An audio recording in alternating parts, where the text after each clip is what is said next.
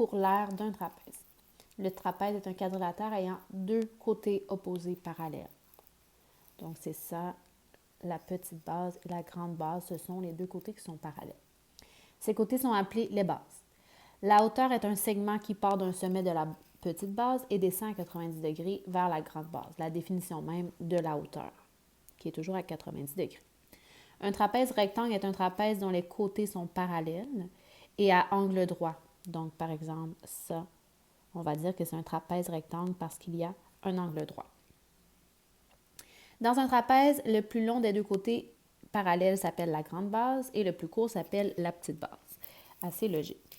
La hauteur correspond à la distance entre la grande base et la petite base. Voilà.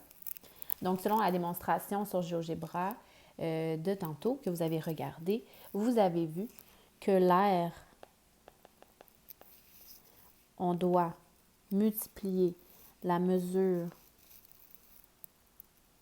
de la grande base plus la petite base avec la hauteur.